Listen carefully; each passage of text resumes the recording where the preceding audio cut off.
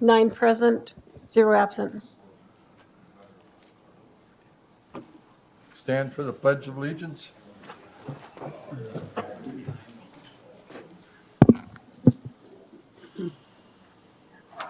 I pledge allegiance to the flag of the United States of America and to the republic for which it stands, one nation under God, indivisible, with liberty and justice for all.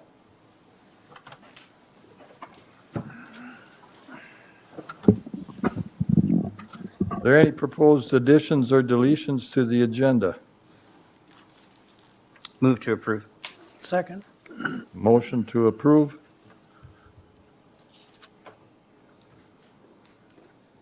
Now, that is the roll call, is it? Do we do roll call on each one? Not on the agenda, and we have everyone present this evening, so we can do it electronically. Okay. I don't know what I say when we do it electronically. Are we supposed to be getting something? Did you get one Did I get one? to vote? Cast your vote. Just a second. Hold on. Where do you cast your vote? That, I did. I never got a Speak up. Mine's not. I never got a prompt. Excuse me, Doug, if you could Yeah, I'm trying. closer to the mic, and Can you pull that? also for all of the other council too, just remember to always keep your mic up. No.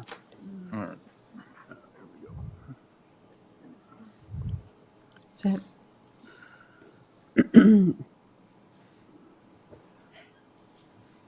I'm just waiting on 2 of you to vote. Nothing's come up. Fagerly? Nothing's come up yet. Okay, are you a yes? Yeah. Okay, that would be 8 ayes, 0 nays. All right, thank you. Consent items. Judy, you want to go down, please?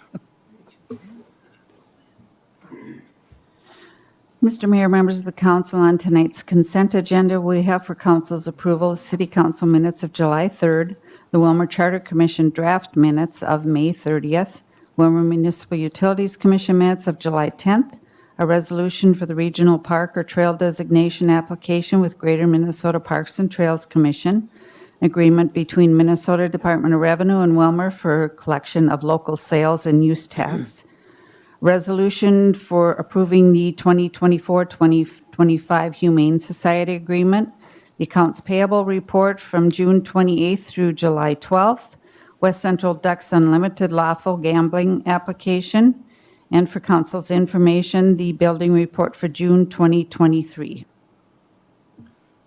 All right, Move to approve the consent agenda. Second. we got a motion and a second to approve the consent agenda. Roll call. Okay, we are doing everything electronic, so we just kind of have to wait for the process here. Okay, that passes, 8 ayes, 0 nays.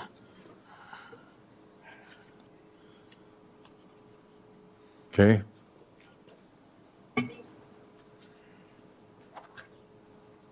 Usually you have, if there's, okay.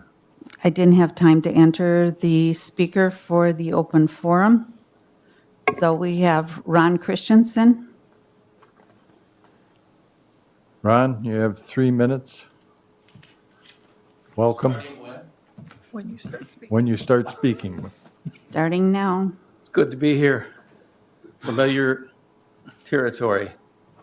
Couple questions before I read my comments on the City Hall / Community Center building or building site.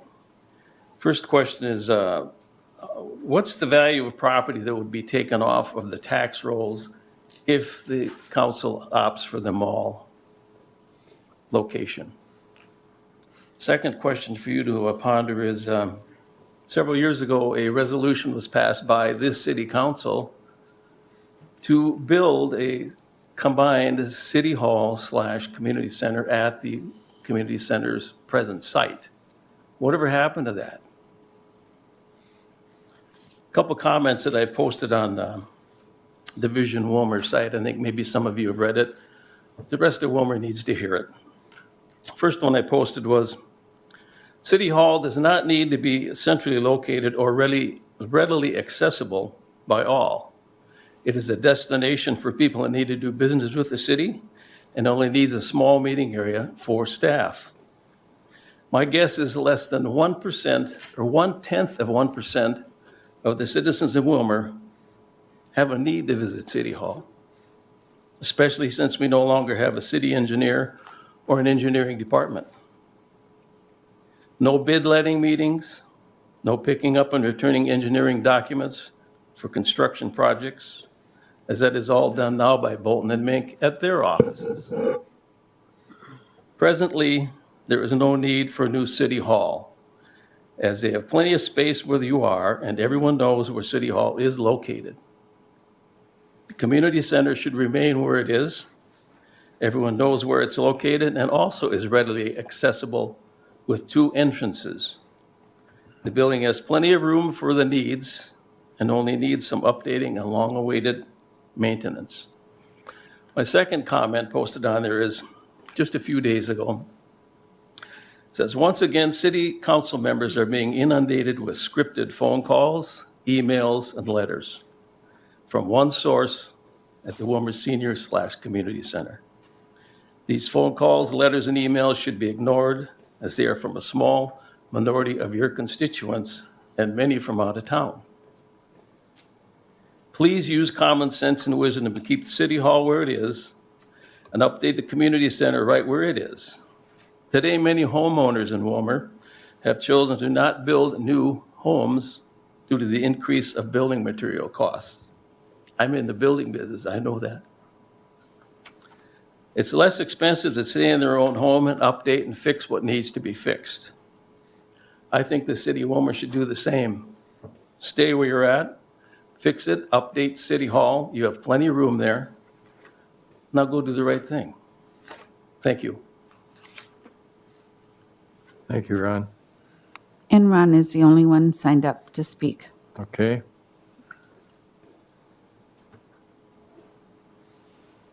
We'll go to the first public hearing.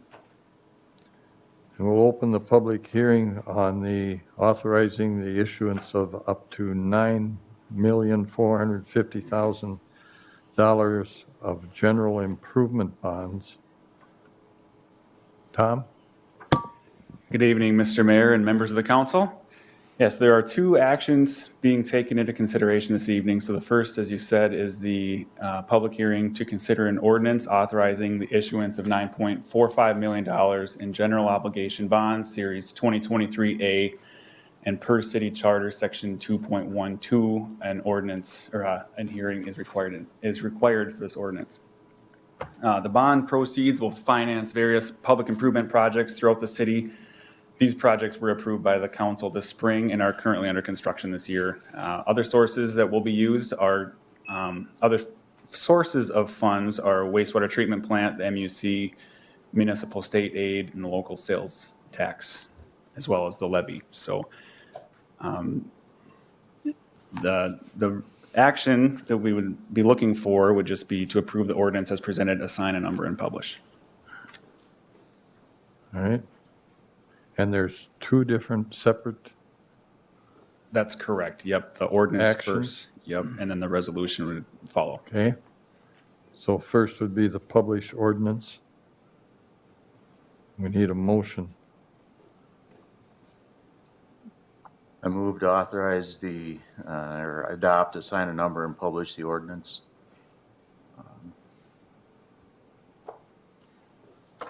Second. Okay, we got a motion and a second. Discussion. There being no discussion? Roll call. We should actually Mayor. close, close the hearing. I'm sorry, Judy, and you gave me, okay, we'll close the hearing and, We'll ask for public comment first, and then we'll close the hearing. all right. Close the public hearing, open for discussion. No, public from the comment public first, comment. and then we close the hearing after the public's commented. All right. Anybody you want to speak to? If not, I'll close the hearing and discussion at the council level.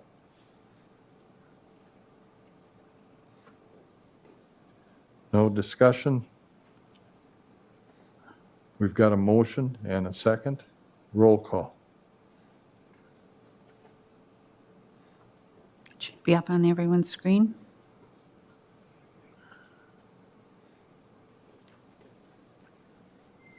Everybody, it passes 8 ayes, 0 nays. Thank you. We'll open the second public hearing. Nope, we have No? the second action for the resolution on this item. Yep, so the second Is that item for consideration would be a bond authorizing resolution. So what this does is it adopts the terms of proposal and authorizes Baker Tilly, our municipal advisor, to prepare an official statement to advertise for bids. So in your packet, there are 2 packets. The first would be the terms of proposal. This provides information and instructions to potential bidders, including the date and time of the sale, and that is currently set for August 21 at 10 a.m. The second is the pre-sale summary, which is provided by Baker Tilly. It highlights key aspects of the bond issue, including estimated debt service. Currently, as of now, they're estimating the true interest cost to be right around 3.8% average, and that would result in an annual average debt service of approximately $843,000 over 15 years of repayment. The debt service would be using a combination of money from the Community Investment Fund, special assessments, and the property tax levy. Some key dates, the sale is August 21st. At that time, we would also come to the council to either accept or reject the bids. And then if we were to accept the bids, we'd get settlement of the money mid-September, about a month later.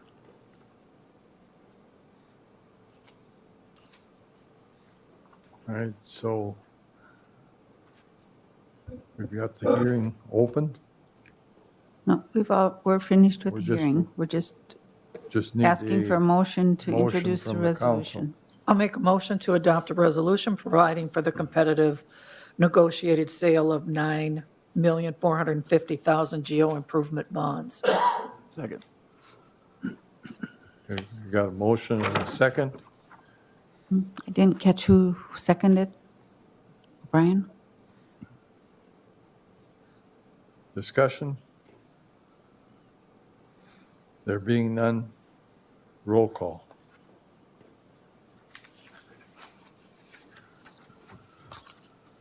Should be up on your screens. It's not coming up. Mine's not. Mine No. isn't on. Okay, we'll do a voice vote then. Councilmember Osk. Aye. Davis. Aye. Schultes. Aye. Nelson. Aye. Fagerly. Aye. Osmus. Aye. Butterfield. Aye. O'Brien. Aye. 8 ayes, 0 nays. Thank you, Tom. Next is a public hearing for the Bethesda rezone request. Justice?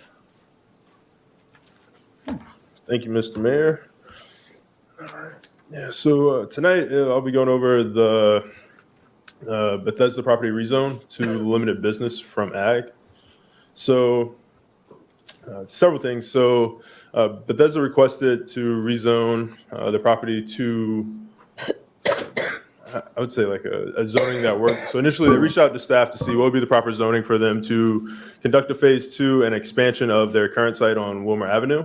And just through deliberation with staff, we felt that limited business would be the best. And so the determination for limited business was that the other residential zones have dwelling unit, have density, capacity, and limits. And so limited business does not. And so the proposed second phase 2 expansion would have exceeded all of the capacity for R5, R4, R2, et cetera. And so limited business was the only one where their proposed density would have been allowed, even through conditional use permit. And so that was the reasoning for going with the limited business. And also, I guess like the zoning is not included on the visual provided, but limited business is contiguous with the property to the north, and so therefore it is not spot zoning.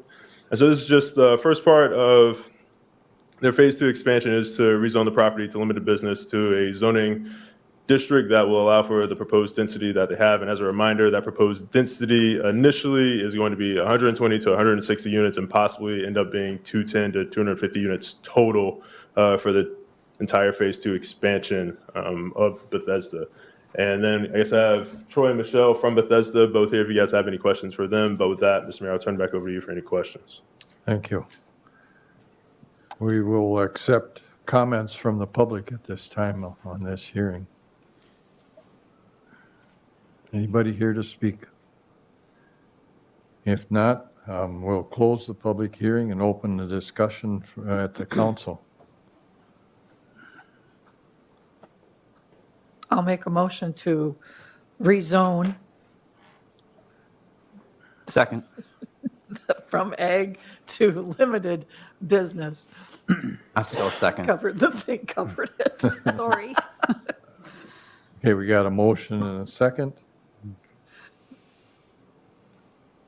Roll call.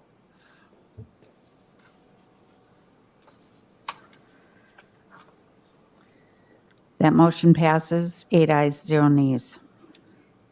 Now, is it a separate motion to adopt, assign a number, and publish? Or, Nope, that is, That's it. this only has the one motion, yes. okay. All right, public hearing to create industrial 3 zoning district. Justice? Thank you once again, Mr. Mayor. So I'll go over kind of like the entire thought process, kind of how we got here and what the reason is for Industrial 3 District and what's different from it other than the other districts. So as you all know, this is a part of allowing the MB Rail Willmar Rail Park addition and thinking about the uses of the future rail park. And currently, right now, I-1 and I-2 are where the predominant amount of our industrial uses are. We also have some industrial uses in the general business district as well. But staff felt that we did not want to muddy the waters with I-1 and I-2 and people trying to locate out in the Willmar Rail Park and take up lots that could eventually utilize the spur that is going to be built off of the Willmar Y project. And so as a way to capitalize and maximize the investment and over the 10-year efforts of the county, state, and the city for the Y project and the expansion of the Willmar Rail Park, we wanted to make sure that rail use was intentional on that part of town, I guess, in proximity to the Y project.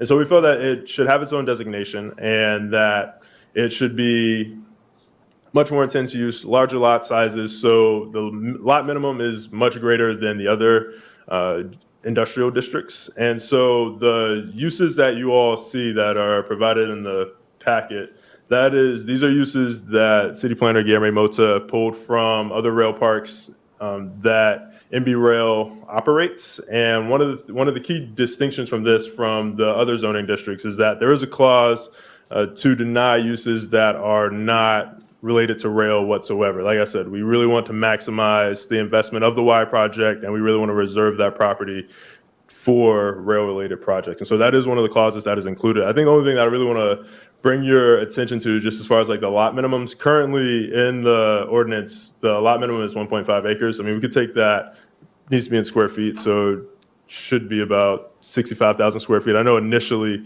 we had it at 80,000 square feet, which is just under 2 acres for the lot minimum. But I think there were some interested prospects in the rail park that brought it down to about 65,000 square feet. So right around that like acre and a half range for the lot minimum. And so I guess that'd be the only thing of probably converting that to feet. But other than that, so that is the thought process behind staff creating a entirely separate zoning district of I-3 for the express purpose of maximizing the investment of the Willmar Y project and maximizing the amount of space that we can utilize for businesses that want to make use of the rail spur that is going to be built. So then with that, I turn it over to you, Mr. Mayor, for any questions. Thank you, Justice. We'll open it up for public comment. Anybody wish to speak to this? If not, I'll close the hearing and open it up for discussion at the council level. I move to adopt, sign a number, and publish amending ordinance 1060 Willmar zoning ordinance by amending section 6 to create section 6.S industrial 3 zoning district. Second. We got a motion and a second. Discussion? There being none, roll call.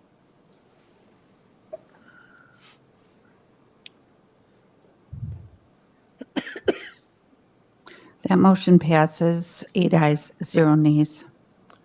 And then we have the published by summary. We need a motion. I move to publish by summary. Second. All right, discussion? Roll call. And again, it doesn't let me go. We'll do a voice vote on this. It's not popping up. Councilmember Davis, Aye. Schultes, Aye. Nelson, Aye. Fagerly, Aye. Osmus, Aye. Butterfield, Aye. O'Brien, Aye. Osk. Aye. 8 ayes, 0 nays. All right. Stay where you are. Justice, we'll open the hearing for the rezone of land into I-3 district. And you give your, All right, thank you. Present. Yeah, so just for clarity for the folks watching and the people in the audience, so the last public hearing was to create the I-3 district, and this zoning and this public hearing is to rezone the land into the I-3 district, and so it's roughly 335 acres. Part of that does include the land sale that was recently approved to MB Rail, 145 acres. And so then it does extend all the way east to abut like the fourth edition of the Willmar Industrial Park. And then it extends just a ways south of Willmar of Highway 12. So that's it. So this is rezoning that land into it, and then some of the land in there has already been subdivided and is eventually going to be subdivided again for projects in the future. And then we'll have to build out the rail spur. But the last public hearing was to create the zoning district, and this public hearing is to rezone the land into I-3. So then with that, I'll turn it back over to you, Mr. Mayor, for any questions.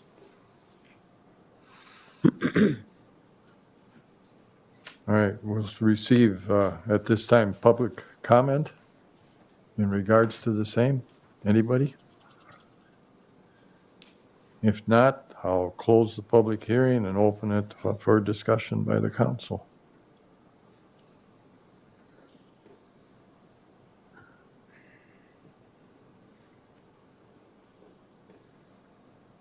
I'll make a motion to amend the official zoning map and to rezone agricultural property to industrial 3. Second. We got a motion and a second. Any further discussion? Roll call.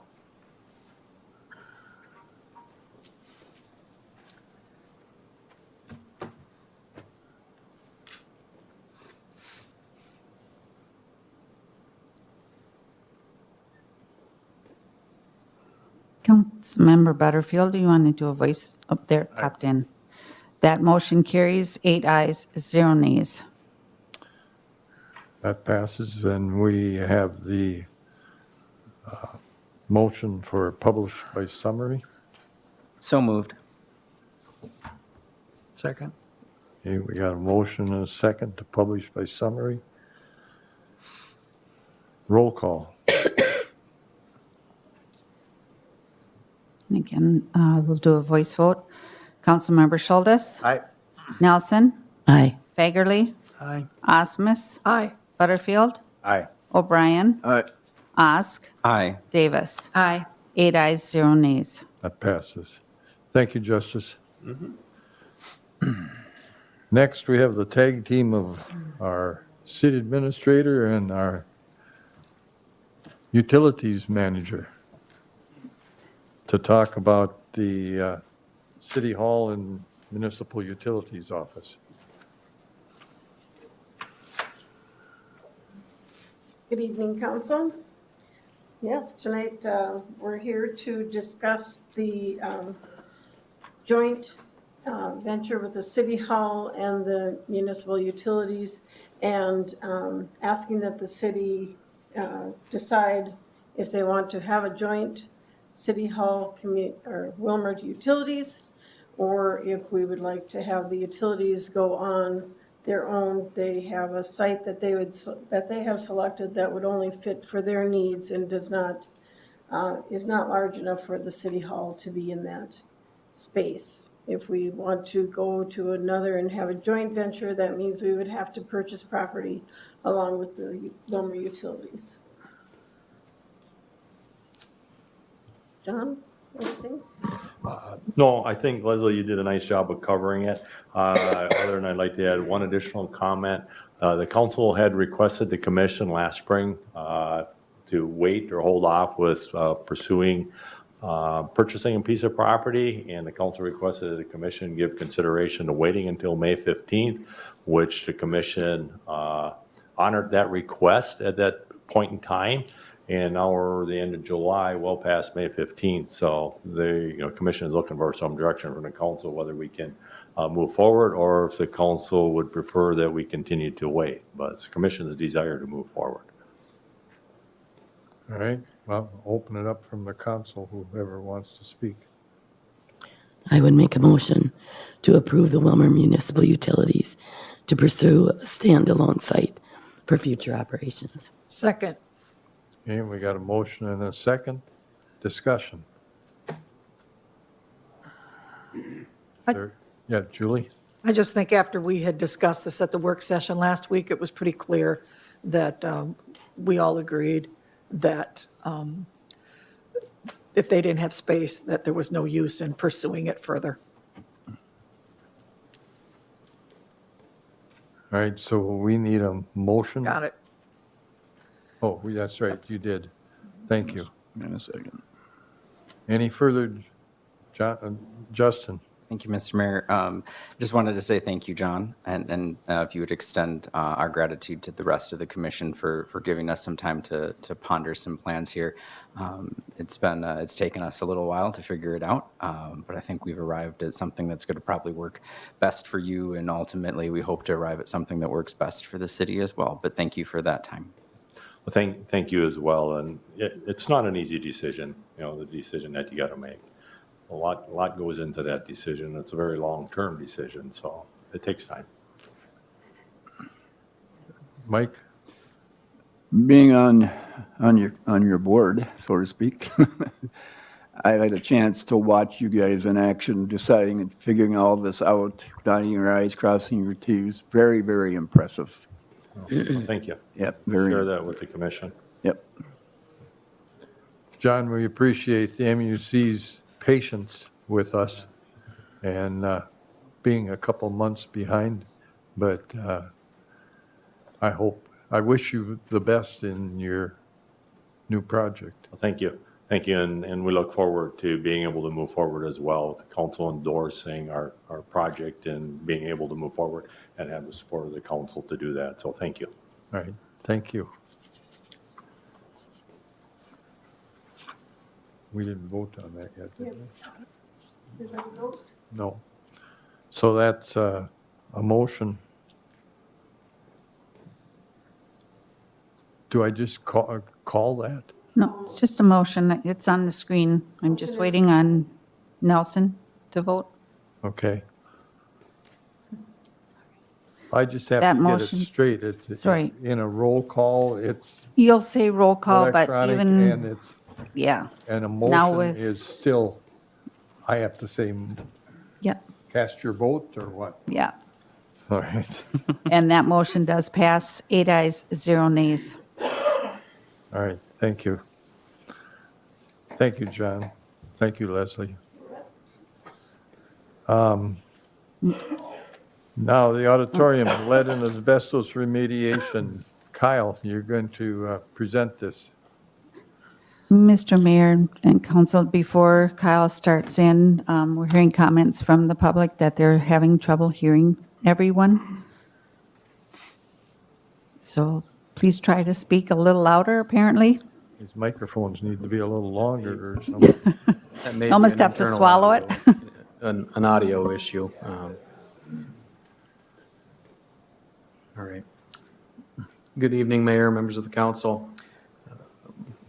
roughly a couple of months ago, the council authorized staff to release bid documents for the city auditorium for lead remediation and asbestos removal. Over the last city staff have worked with Midwest Consulting to create the bid documents, to walk through the building with potential bidders. Such activity did take place on June 5th, where 4 contractors did walk through the city auditorium with our consultant to look through the building, just to get a feel of the building and be able to prepare and cast their bid, which was a requirement of actually the bid documents themselves, was a walkthrough of the building. On June 26th, bids were opened. City received 1 bid. There were from Landwire Construction out of St. Cloud. It was for the alternate option of demolition. The city did not receive any bids for remediation or lead abatement for the city auditorium. So the alternative bid was the only bid received from Landwire Construction for $1,243,500. $1,243,500. After staff had an opportunity to review yes, I'm Councilman. saying they can't hear you. Okay, I'll speak up a little louder, I'm sorry. So just to repeat, the city did receive 1 bid from for the city auditorium. It was the alternative bid for demolition for $1,243,500. Again, that was the alternative bid in the proposal. The main bid for this document the main option for this document was for the lead remediation, asbestos removal. After staff had a chance to review the documentation, only receiving 1 bid and only receiving 1 bid on the alternate, staff do not feel that we can comfortable moving forward with that alternative bid, and that's why in your documents this evening you see the recommendation to reject the bid. Council does reserve that right to reject the bid. This was in the sealed bid process. I did have an opportunity to speak with Landwire Construction and let them know that this was going to be the recommended action tonight, and they understood they understood the process and why we were recommending that, being that they were the only bid and being that they were the alternative bid. Just another side note as well, if there isn't, obviously the council has the option to move forward with the bid since we did go through with that project. If the council was to award the bid for the dollar amount, you'll see in the budgetary and fiscal issue section of the agenda item that any preservation of historical nature or of that building was not included in the original bid documents. So that would have to come back and be a direct negotiation with that bidder as well. So I just want to make the council aware, and that would likely increase the dollar amount of their bid. So I will pause there if there are any questions. Thank you. All right, so we need a motion to reject the bids first? Yes, if that is the council's desire. I'll make a motion to reject the alternate bid for demolition of the City of Willmar Auditorium. Second. Carl? So do we know why nobody bid on it? Is it too much? What would be the reasoning why? Yeah, so thank you, council member. That's a great question. We did, after the bids were opened, I did have an opportunity to speak with with Mr. Myers with Midwest Consulting, who did the tours of the building and prepared the documents. And he had reached out to all the bidders, or to all the people that had potential bidders, the people that had walked through with him. 2 out of the 4 did get back to him. One had claimed that they just did not have time in their schedule to commit to this project. And then the second one, and this is without any documentation, we cannot prove this, but the second one was that their bid would be well over $1 million to clean the building. Again, we cannot prove that or anything to go with that, but that was the reason why. Okay. Councilmember Butterfield. I don't know if Jared could answer this. Would 1.2 seem about reasonable, or do you think that would be a little high?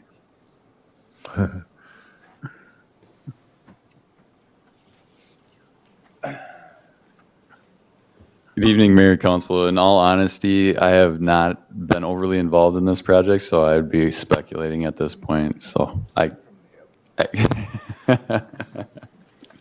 thank you. Now, Julie, did I understand your motion was just for the, To reject the alternate bid that was for it? demolition. Okay, thank you. Yes, Justin.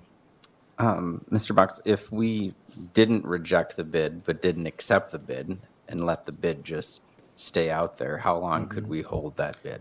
How I long would believe, they- and City Attorney Scott can correct me if I misspeak, but I believe the council has 60 days after the bids are open to make that decision. I don't recall off the top of my head if there are any rules to extend that period, but I believe there is a 60-day time window to act on this. Mayor, Council, it would be as specified in the specifications that were published. I think 60 days is likely, I think that's pretty standard. Thank you. Rick? Thank you, Mr. Mayor. So what was the logic why the electrical system, the entire system, that's wires and everything, have to be removed and put in new? Yes, thank you, council member. I should have brought that up earlier. So during that walkthrough of the auditorium, it was discovered that the electrical equipment, which is original to the building, 1930s, 1935 era, give or take a year or two maybe, that is original to the building. That electrical material contains mercury. The mercury would have to be also abated when the company would go in. Whoever's going to clean the building would have to abate the mercury as well, which resulted in an addendum to the project and may or may not have increased the amount and scope of project outside of what we had originally proposed. So yes, it would result in a complete overhaul of the electrical system as well. All of the main switches, everything that runs the power to the building would have to be removed, and that would be a cost to the city to replace that if the cleaning was to move forward or the abatement process. We did not go any further than that. So if we needed to, we did not go out and get quotes to see how much that would cost. That was at this time, but So that would be all the wiring to them? that was our understanding, yes. So is there conduit there or knob and tube or is it just, Whatever technology was used in the 1930s is what is in the building. Beyond that, that's beyond my expertise. thank you. Any other questions? Julie? Do we know if we were to just demolish 2/3 of it, do we have to do any remediation? Or can that just get buried into the... Councilmember, I do not know the answer to that question. I don't know if satisfaction of leaving some of the building standing while demolishing other, I don't know what the cleaning requirements would be for that. We could look into that. But I do not have an answer for that specific question. Any other questions? Council, we have a motion in front of us. You ready to vote? Go ahead and vote.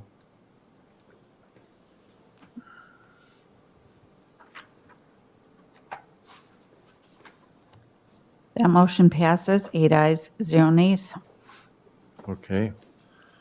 So do we have to have a motion on the lead and asbestos remediation then? No, Mr. Mayor, we would not. So you might want to go on with the second half of this, the tours then. Absolutely. So continuing on, Mr. Mayor, so as a result of that action, the city staff are recommending, as well as hearing from several council members, are recommending to authorize staff to conduct public tours of the city auditorium. This would take place on Monday, August 14th, which was a work session day for the council, and Thursday, August 17th, at times yet to be determined. Staff will work to put together a schedule of time slots for members of the community to sign up for or show up for or what have you. But staff will work on that and share that with the council and the community. to attend those tours. And the intent and the purpose of these tours is to provide up-to-date information of the auditorium, to show the ongoing maintenance and facility needs, and to also show what it takes to keep the building functional. So this is just an informational tour, and obviously the council will, this will be, the first meeting will be during a work session, so there's a great opportunity for the council to meet maybe at City Hall or the auditorium to do this as well during the work session, so. But we will take any input from the council as we develop the schedule. How will we promote this? Sure, so we'll share it if it passes tonight. If this action passes with the council tonight, we'll share this likely with the paper. We'll share this on our social media and other avenues that we have available to us. Okay. So I move to approve the city tours, thank you. city auditorium tours, excuse me. Second. Okay, we got a motion and a second. Any discussion? Rick? Thank you, Mr. Mayor. So if it's so unsafe to be in there with the mercury, are you going to provide masks and Yeah. shoe coverings? Yep, we absolutely can. So the mercury is not the issue. So that's contained in the electrical unit. So it's the lead levels, for long exposure of lead levels and any asbestos. We're not disturbing any asbestos while we're in the building, so I don't foresee that being an issue. But yes, we can absolutely provide foot coverings and masks if people so choose to wear them. The high levels of lead concentration, as the council would have received in when we authorized the bid documents, when we had the testing, the highest levels are in the gun range area of the building, and maybe we'll keep if any younger people want to come to the tour, we might recommend they don't enter that area. But we can provide anything that the council would recommend, but that was our plan too, Councilmember. Thank you. Councilmember Nelson. Thank you. There was a document that was done last year, a study that was done on the auditorium. Yes, that Would that be helpful for the council to receive and review again? Absolutely, yep. It was in a previous council packet, but we will reshare that with all of the council members, yes. That would be great. Thank you. Any other questions? All right. We'll vote.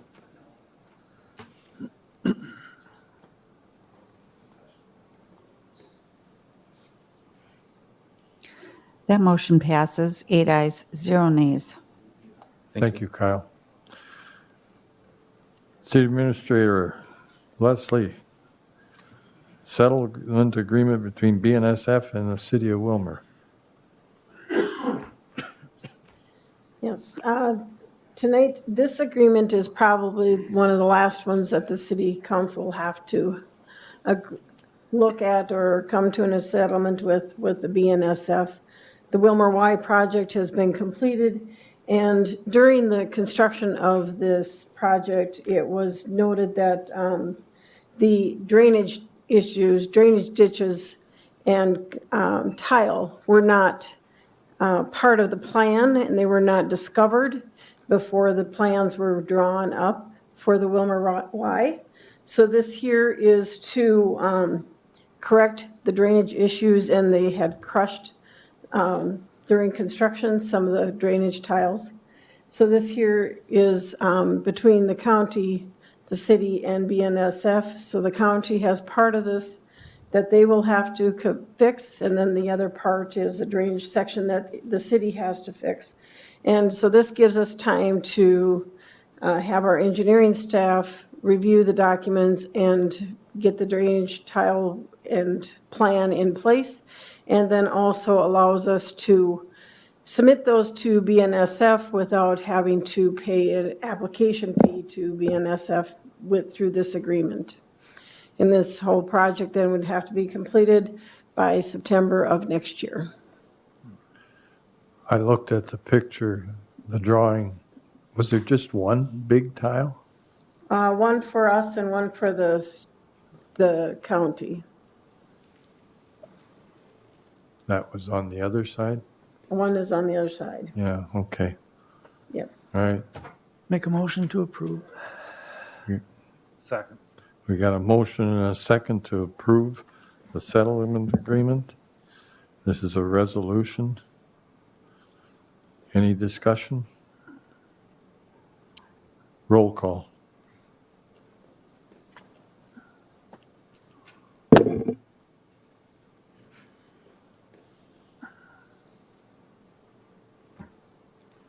That motion passes, 8 ayes, 0 nays. Thank you, Leslie. Gary, tell us about our 10-year capital improvement plan. Oh, Jared's going to take it. Good evening, Mayor and Council. Closing your packets this evening is a 10-year capital improvement plan. As you're aware, there's a memorandum of agreement regarding water mains and hydrants with the Willmar Municipal Utilities that requires a 10-year plan. This plan that you have before you this evening is a collaborative effort among Public Works, Engineering, and Willmar Municipal Utilities staff.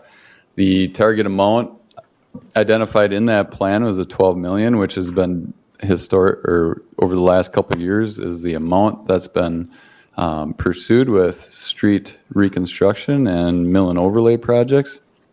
With this plan, we've also identified approximately 4% inflation factor.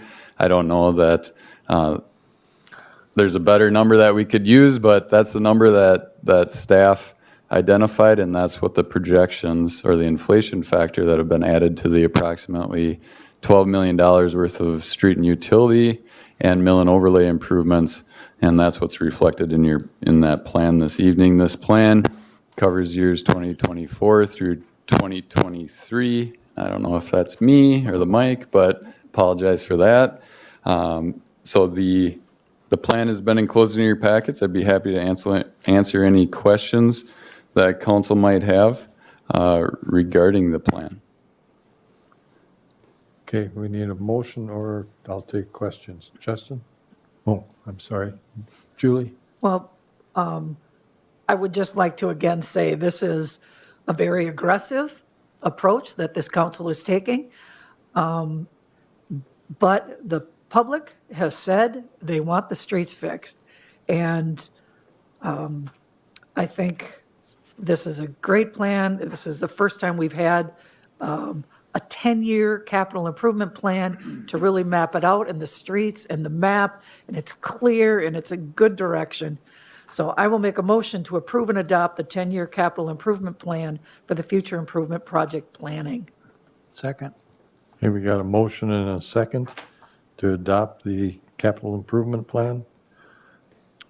Carl? Just for clarification, reconstruction is where they tear the road up and replace water mains and pipes and if they need it, or the mill and overlay is just when they scrape and resurface. That's absolutely correct. Okay. Any other questions? All right, I'll entertain a motion.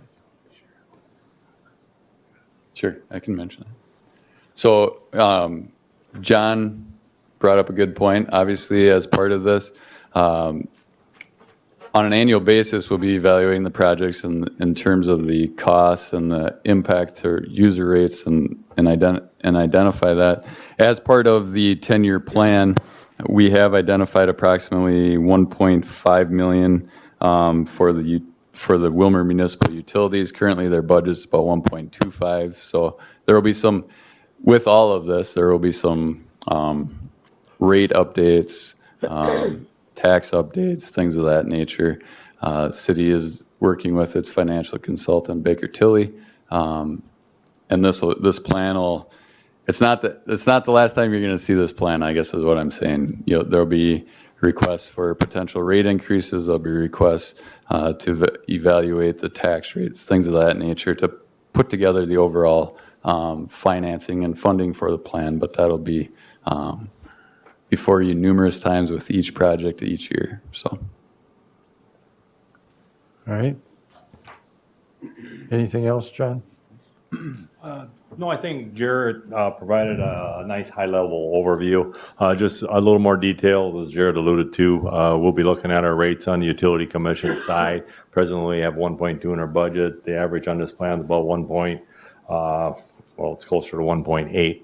And we're going to be looking at roughly a $250,000 to $300,000 increase on our water main part of the budget. So more to come as we get into fall here so that we have the funds on the utility side to cover our share of the projects as we go forward here. So thank you. Thanks, John. Councilmember Butterfield. This is a plan that we'll be sending out to the internet that's going out there. We'll be getting that over to that company with the What now? high I internet, mean, with the broadband, with the broadband. yes, Justice will be working with the broadband company along with what our construction and reconstruction plans would be each year. So that'll be a conversation with them to, if they move forward, or if I should say, the council moves forward with the broadband project to begin next year, this part of this plan would also go along with that. Okay. Okay, any other questions? If none, cast your vote.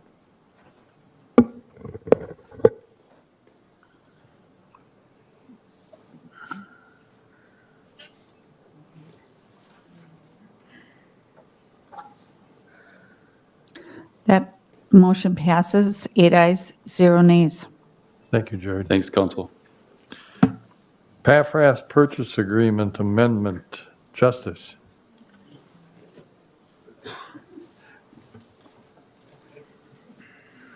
Thank you, Mr. Mayor. Yeah, so tonight I have Mr. Pathrath here. I'm going to give an overview of just kind of how we got here and like what the amendment he is requesting is, and then kind of why. And then I guess if you guys have any technical questions, I think you'll have more technical explanations and just kind of more reasoning about why he is requesting an amendment to the purchase agreement. So yeah, just kind of how it mentions in the council packet. Just so Mr. Pathrath initially signed a purchase agreement for $32,000 for 4 lots on the southeast part of town. With the intentions to build a tiny home development. Like I said, he signed the purchase agreement over the winter. Didn't really have any chance to look at the soils, kind of vet the site accordingly. And when he finally got around to it, I guess like once it thawed out and finally got the soil borings, did not come back favorable. Helical piers are needed. There's a lot of soil corrections that need to be made. I mean, he would have to incur a lot of costs to make the development viable. And so as a result, Mr. Pathrath is requesting an amendment to the purchase agreement to look at lowering the price to make development a little more viable. And so he's also inquired about TIF abatement or any other financial incentives that could happen that can make this more viable, just from the obstacles that he has encountered that it would be to make the site viable for development. And so then with that, just kind of talking with Mr. Pathrath on several occasions, just kind of going through this, I reached out to City Attorney Scott to kind of understand like what it would take to get an amendment to the purchase agreement. And so then in the alternatives, like it says, you'll have the option to deny this, but then also just with the deadline being surpassed and like this not being completed in the allotted time, and that was planned in the purchase agreement, if y'all wanted to, y'all could void the purchase agreement entirely. And so I guess I'll turn over to Attorney Scott to verify that or clarify that if I've made any mistakes there. But I did consult Attorney Scott before bringing this to council, and also making Mr. Pathrath aware of what the stakes were if he were to come to council and ask for an amendment to the purchase agreement. And so I guess I'll turn over to Attorney Scott as if he wants to clarify anything I have to say, but also Mr. Pathrath is here to answer any questions you all may have. If you all have any questions about the specifics about some of the difficulties he's encountered. Okay, Robert? Thank you, Mayor, members of the council. I agree with everything Director Walker presented to you. Obviously, this is a request coming to you from a party to a purchase agreement that has been approved and signed by all parties. Under the purchase agreement, there was a 30-day inspection and due diligence window. I don't have the date the agreement was executed, but it's well past the 30 days is my understanding. So the city does have the contractual right to either agree to an extension of those time periods or to seek cancellation of the purchase agreement. You also have the ability, but you're not required by any means, to agree to amend the purchase agreement as requested to reduce the purchase price.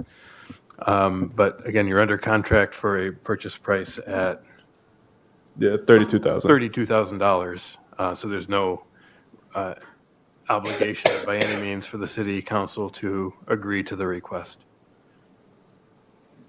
Once the council determines what it would like to do, if we do have direction to amend the purchase agreement, it's a straightforward amendment process that will be easy to carry out. Julie? Okay.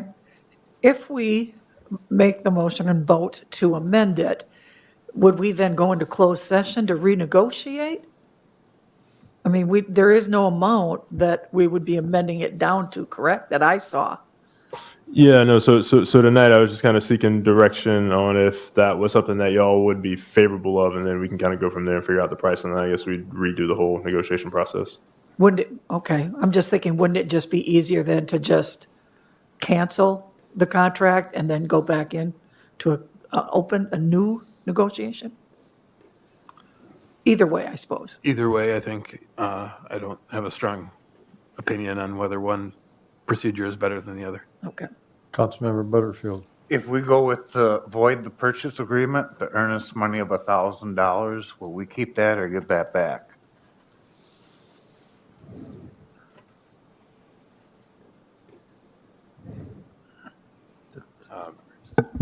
Mayor, Council, I think technically under the purchase agreement as drafted, since we are outside the inspection due diligence period, I don't believe there'd be a requirement contractually.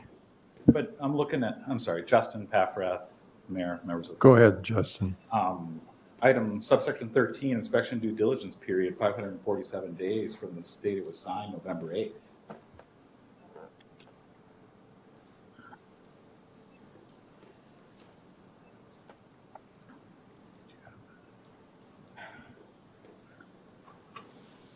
I mean, In that case, I stand corrected. I have a earlier version I'm looking at apparently that had a shorter period.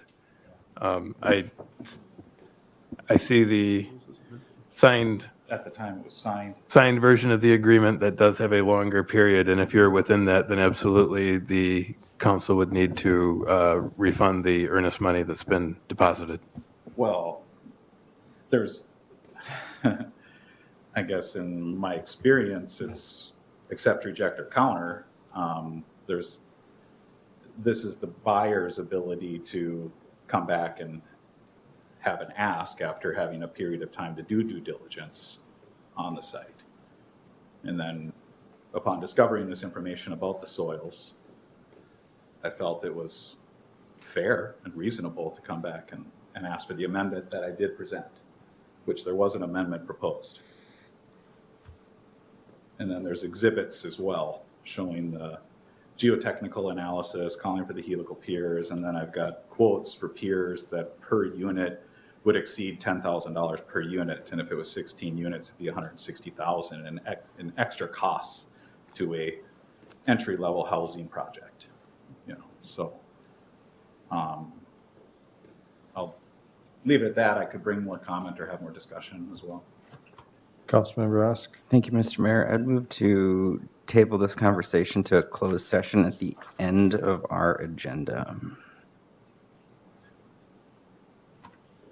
Is that the correct motion, Attorney Scott? That works, yes. Do we have a second?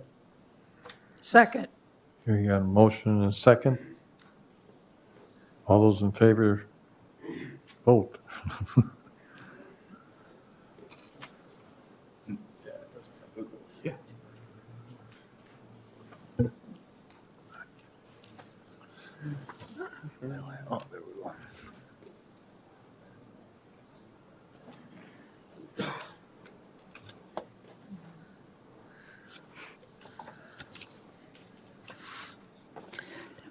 That motion carries 6 ayes, 2 nays.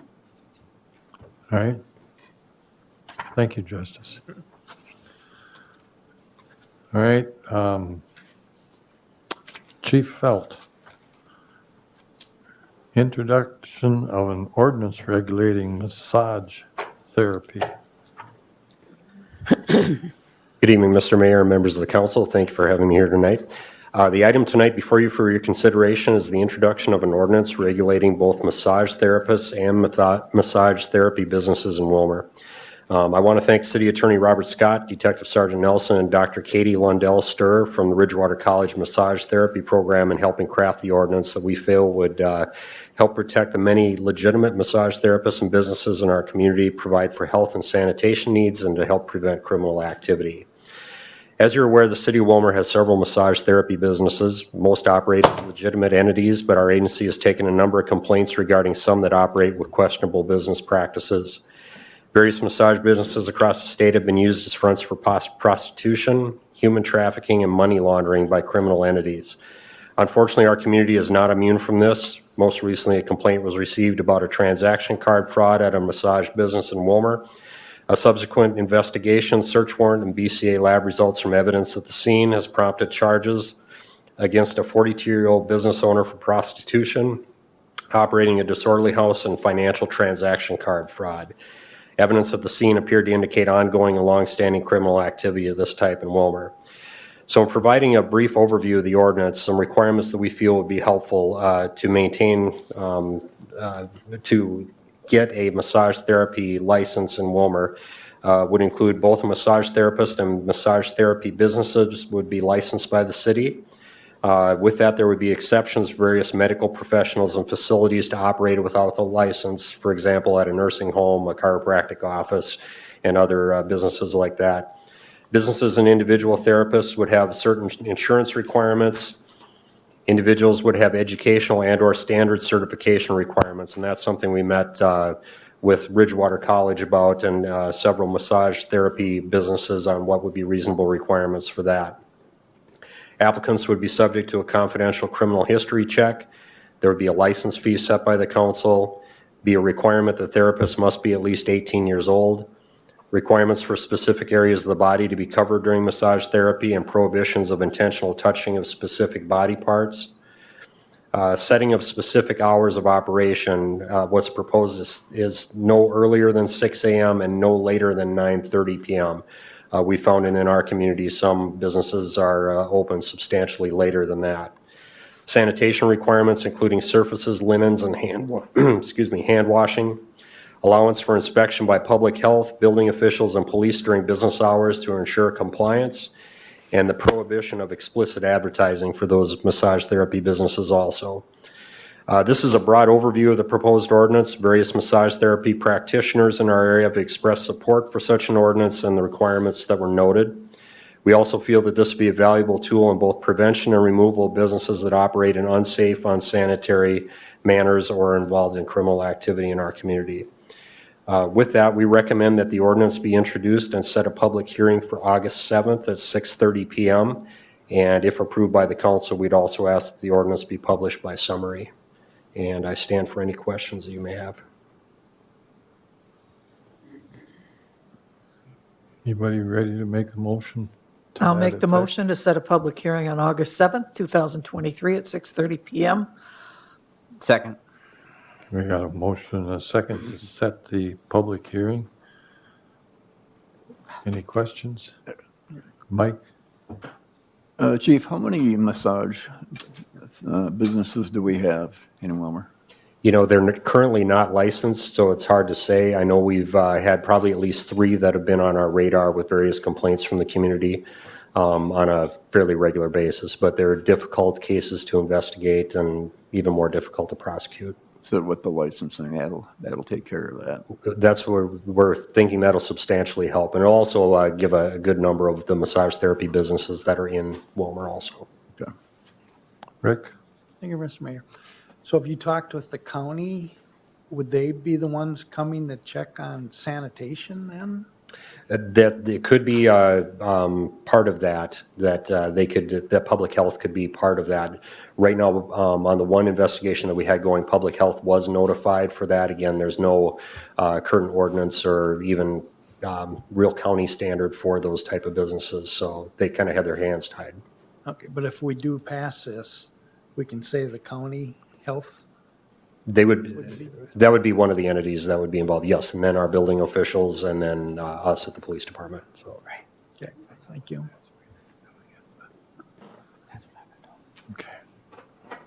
All right, any other questions? All right, we have a motion to set the public hearing. Roll call.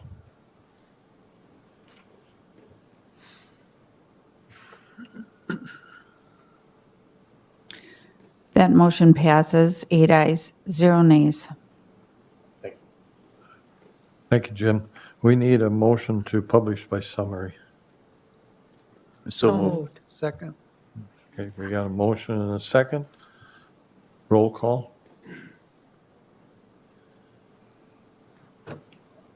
To do a voice roll call on this, Councilmember Fagerly, Aye. Osmus, Aye. Butterfield, Aye. O'Brien, Aye. Osk, Aye. Davis, Aye. Schultes, Aye. Nelson. Aye. 8 ayes, 0 nays. That passes the ordinance. All right. Kyle, call on you for the ordinance amending the Willmar Municipal Code. Yes, thank you again, Mr. Mayor, members of the council. Staff are recommending amendments to the current THC ordinance that regulates the THC products within the city of Willmar.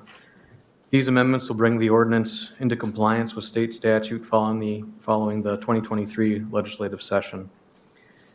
These changes include the law transferring products and testing standards authority to the Minnesota Department of Health, permitting the sale of THC products at exclusive liquor stores, clarifying age verification procedures, requiring certain storage of THC products at retail locations, and addressing certain violations and prosecution. Again, these are amendments to bring us into compliance with the changes made at the legislature this year.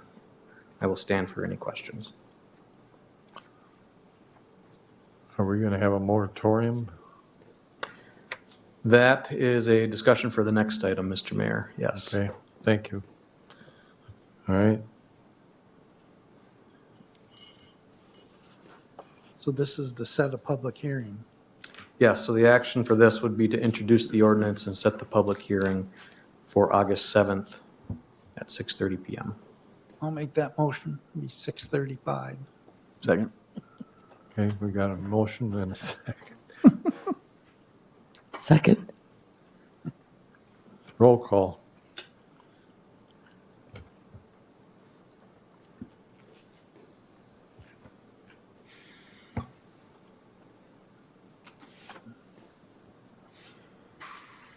The motion passes, 8 ayes, 0 nays. Need a motion to publish by summary. So moved. Second. We got a motion and a second. Roll call. Again, we'll do a voice vote on that. For some reason, the vote results aren't showing up on the screen. Councilmember Osmus, Aye. Butterfield, Aye. O'Brien, Aye. Just Osk, Aye. Davis, Aye. Schultes, Aye. Nelson, Aye. Fagerly. Aye. 8 ayes, 0 nays. All right, that passes. Adult use cannabis, Kyle? Yes, thank you, Mr. Mayor. So as we just acted on the last item, we're going to continue with adult use cannabis. And a joke that was said over and over at the annual conference, the League of Minnesota Cities annual conference, was we're going to dive right into the weeds on this one. So city staff are preparing for adult use cannabis consumption, registration, and zoning ordinances. Our focus remains to be proactive and be able to effectively enforce new laws passed by the Minnesota legislature this last legislative session, specifically around the use of cannabis. Personal consumption becomes legal on August 1st of this year. However, retail sales will not become effective until the Office of Cannabis Management begins issuing license. We anticipate the state office to become fully online between mid and late next year, 2024. So where staff are at, just to provide an update to the council and get any direction that you'd like us, staff to focus on, are really kind of focusing around two main areas. First would be with the new law passed, cities do have the option to issue a moratorium until January 1st, 2025.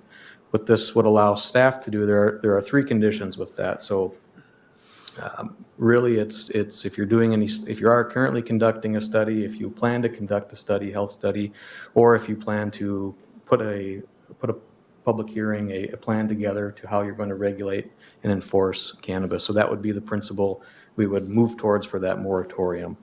The moratorium could end sooner, so we don't maybe not have to wait until January 1st, 2025. And also, this moratorium would not apply to any low potency hemp edible products, THC, the action that the council just acted on. So that does not affect, is not able to affect that either. This is again just on cannabis. So that's the first area of focus that if the council desires, staff would like to focus on that. And what that would allow us to do is just really to get ready, to be prepared for when the Office of Cannabis Management comes online. We know what we're doing. We know how to regulate, how to registration, how law enforcement can enforce.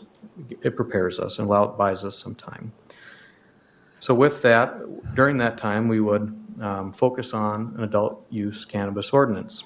And what all goes with that is to review all local authority options, establish the registration process for the city, look at zoning requirements, explore and establish license limits, and then also look at consumption limitations, specifically around the Minnesota Clean Air Act. So those are right now just the areas that we want to focus on there. I mean, our scope of work could expand from there, but this is really just to give an update to council and receive any feedback if you want us to focus or add or remove or anything like that. So I will pause there, Mr. Mayor, and be available for questions. Julie? I don't know if you want opinions for or against at this point. You're looking for direction, but I definitely think we should lean towards a moratorium to January 1st of 2025. I think the state has a lot of work that they still need to do to try to figure all of this out. And we can, we can start to put things in place to get ready for it, but I think we just need to wait to see how they're going to regulate this, how they're going to test, all those things. I would agree with Councilmember Osmus. I think there are options that the city can exercise that we need to discover over that period of time, that I think we need to have that length of moratorium. Carl? So, thank you, Mr. Mayor. My understanding is also that a city can, based on its population, restrict how many licenses it issues. And I think one per 12,500. Is that? That is correct, council member. So it's the county and the city. And it can be set up as one retail establishment for every 12,500 residents within the county. That would put us at approximately 4 licenses that the county, Candy County, would need to, either the county or municipalities within the county would need to issue at least 4 licenses. That does not mean we need to stop at 4, but that is the minimum requirement that would need to go by. And I would agree with Councilmember Osmus that the moratorium until 2025 is a good idea. Yes. Thank you, Mayor Reese. This keeps us at the table, however, to be talking with the county about the maximum licenses and location of those licenses and those types of things. Absolutely, council member, yes. So I know at the league meeting, there were other communities that are looking at making sure that they have control in the city over those licenses versus letting them be spread out throughout the county with that. So, I mean, we need the regulations and we need the information, but we also need to be at the table to make sure that long-term we're doing what's right for our area. I also understand the municipality can have a municipal dispensary. If you do that, is there still the 12,500? Yet to be determined. I don't have the specific answer to that. Okay. That would require, I should have mentioned that too. That would be something we would like to explore as well to see how viable an option that is. Exclusive liquor stores work well for communities. I think it's worth our time to explore what a municipal cannabis store looks like and if that would serve the community well or not. Again, this is just exploratory at this point. And I think that's why we need that January 2025. Yes. Mike? We've been talking about possible licensing and where we're going to put them and how many we're going to put. What about growers? Are we going to have any, what do you want to say, checks and balances for them? Yes, council member. So all of the regulation, all of the licensing, inspections, that is going to be done by the Office of Cannabis Management, the state. The city has the authority to enforce, has the authority to register the applications, but we do not have, to the best of my knowledge at this time, we do not have final say whether someone gets a license or does not get a license outside of meeting the minimums or anything like that if the council was to set. But for anything like that, we would need to either work with the Office of Cannabis Management or, again, this is part of the moratorium. Or during this research stage, what does that look like and how do we inspect, enforce, and what information can we provide to the state? Or will they do that on our behalf? So would a grower need a license per se? Would that be one of the four? No, that is for retail licenses only. Okay. Yes. All right. Councilmember Rosk? The moratorium, is that only for the retail of cannabis? This doesn't pertain to what Councilmember O'Brien might have been getting at before with like the growing of cannabis, that wouldn't be affected by the moratorium. The possession of cannabis wouldn't be affected by the moratorium. Let me double check that here. Unless Attorney Scott knows the answer to that off the top of his head. This is new to all of us, but we're working directly with City Attorney's Office to prepare all this information as well. And I should note with an attorney who isn't me that's specializing in this new legislation, but I believe the answer to your question, council member, is that the moratorium would be on the issuance of retail licenses, not the adult use of cannabis in the interim. Thank you. Councilmember Nelson? Thank you, Mayor Reese. Is there a downside to doing the moratorium?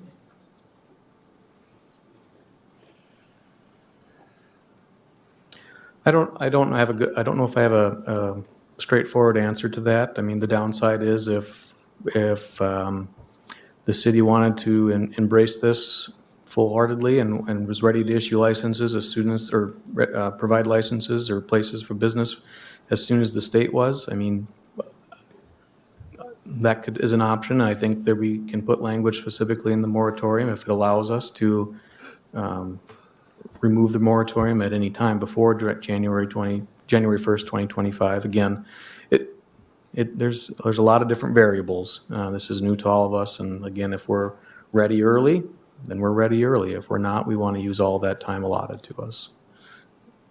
I'll pause there. I'm not in any hurry.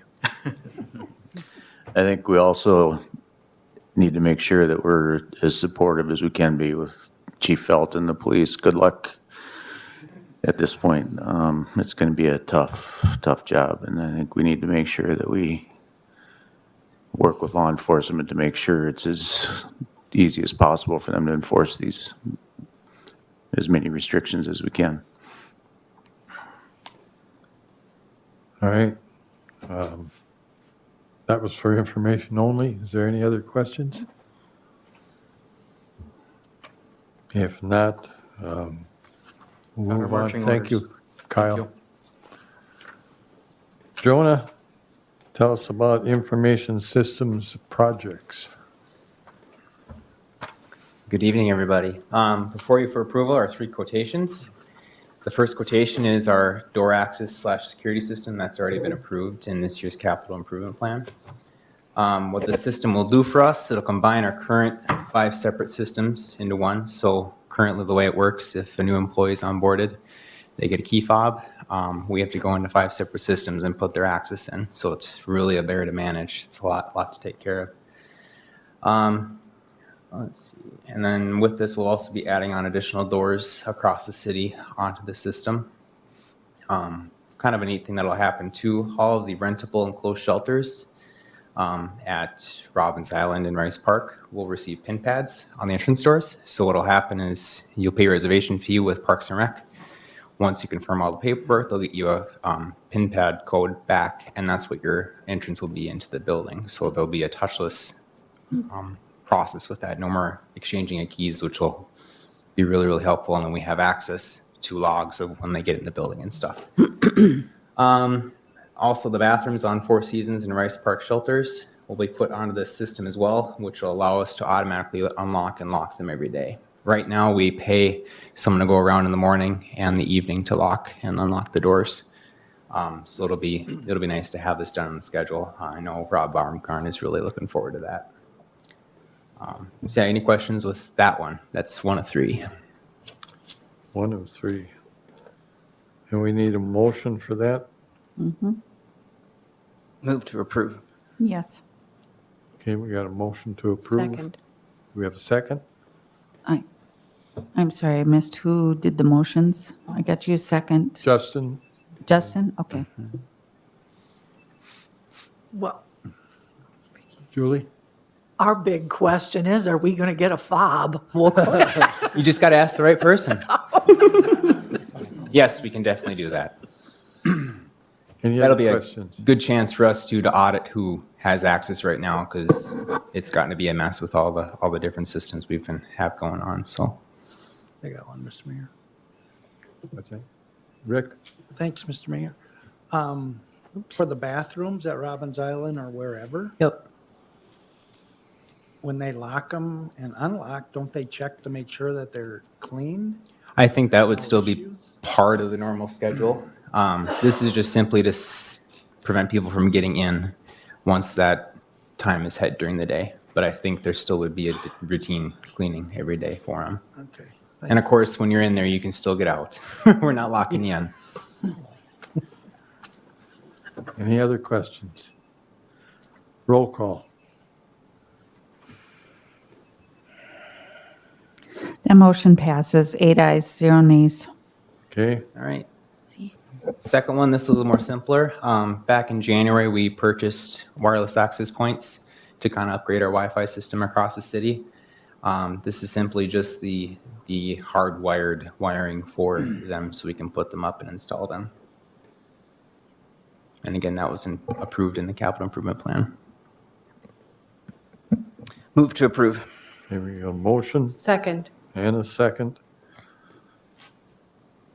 Any other discussion? Roll call.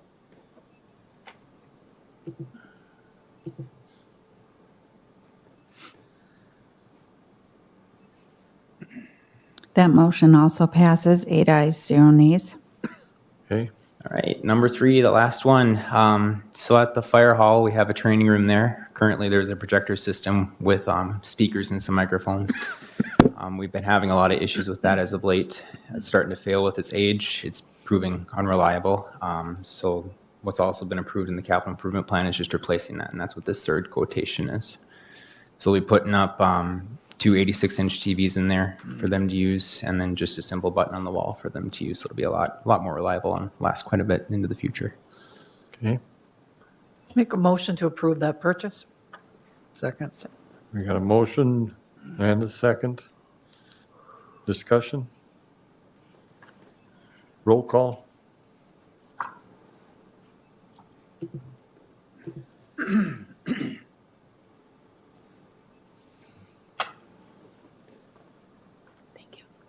That also passes, 8 ayes, 0 nays. Thank you, Thank you. Jonah. All right, next, Tom, you're going to review the financial report as of June 30th, 2023. Thank you, Mr. Mayor and members of the council. So yeah, the financial report for after June 30, I just want to point out highlight a few things for you to kind of explain them. End of June would be roughly 60% or 50% of the year, 6 months. So if you look under the revenues portion, the intergovernmental line is only at 2.9%. That is a local government aid isn't paid until July and December, so we're actually expecting to get that this week. So we're going to get $5.2 million from that, so that should bring us right in line to where we should be. And then the miscellaneous revenue line is at 100% of budget. There's a Blue Cross Blue Shield equity grant that we received after we had finalized the budget. And then there's also a League of Minnesota Cities retroactive reimbursement on insurances. So just some things that we didn't foresee coming when the budget was set. If you move down to the expenditures portion, like the assessing, that's a one-time payment annually to the county every year for their assessing that they do. So that is right at 103%. It's done. And the county also notified us that they are going to be a true county assessing. So that is actually the last check that we will write the county for their assessing. They will incorporate that into their levies. And if you scroll down a little bit below police department on the non-department public safety, that's at 86%. We did have an expense there of civil defense program sirens batteries, so that's why that's a little higher, but an expense was made throughout the year. Same thing right below that, the transit system, $20,000 that expense is done for the year. Otherwise, the other expenses look about in line roughly halfway through the year. We haven't incurred all the expenses yet or paid them, so that's why it might be a little bit less overall than 50%. Then if you look at the wastewater treatment plant on the second page of the report, the miscellaneous revenue at 452%, it looks a little high, but that is a market value adjustment on a statement. So it's really next month that could go right back down. So it's just a statement balance. So we had to increase the market value of the revenue. We had to show it on the statement. So, and then on the expenditure side, there is a few debt service payments that they're going to be paying on bonds coming up in August. And then there are also transfers over to pay for street projects and going to the 2023 special assessment bond fund. So the expenditures they appear very low, but there are transfers scheduled that they just have not taken place yet, or payments. So if there are any questions. And this is a motion, Yep, to accept or to approve the report. okay? So move. Second. Got a motion and a second. Justin? Mr. Odens, thank you for the report. I'm grateful to have it. Can we look forward to getting these monthly, quarterly? How often do you plan on bringing these to us? No, it's a great question, council member. I do plan on, I'd like to get you guys this information for the second meeting of the month. That gives staff some time to finalize the previous month. So the goal would be to get it to the council packet for the second meeting. Thank you. Great answer. Any other questions? Go ahead and vote.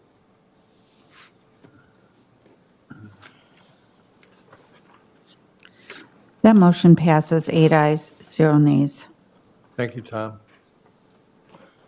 All right, set public hearing to vacate public easements. Justice. 16-0. Yeah, so thank you, Mr. Mayor. So tonight, just that's not an unusual request. I think sometimes we just kind of handle this internally, but just with the property owner, they were requesting a formal vacation of the easements that were put into the original plat. And so tonight is a request to set the public hearing to vacate the easements as a part of the Keeper's second edition plat. And so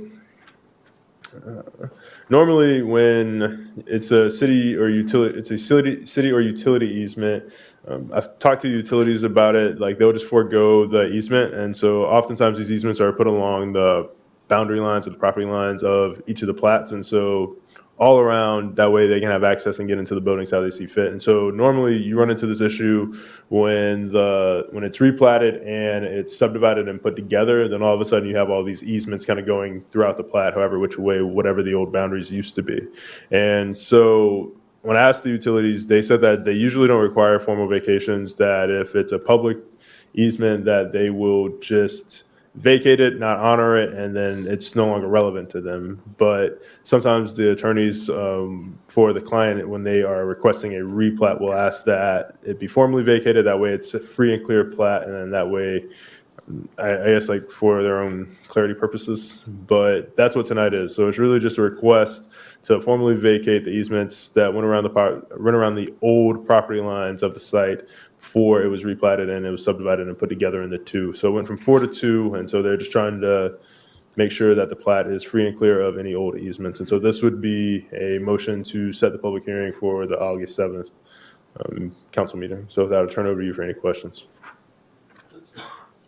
I'll make a motion to set the public hearing on the Preserve on 24th Street easements for August 7th, 2023. And just to make Rick happy, I'll say 6:35. I'll second. Okay, we got a motion and a second. Any questions? If not, roll call.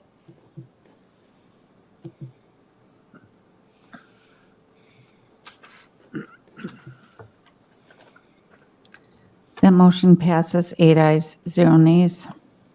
All right. Consider services for Roger Timmerman.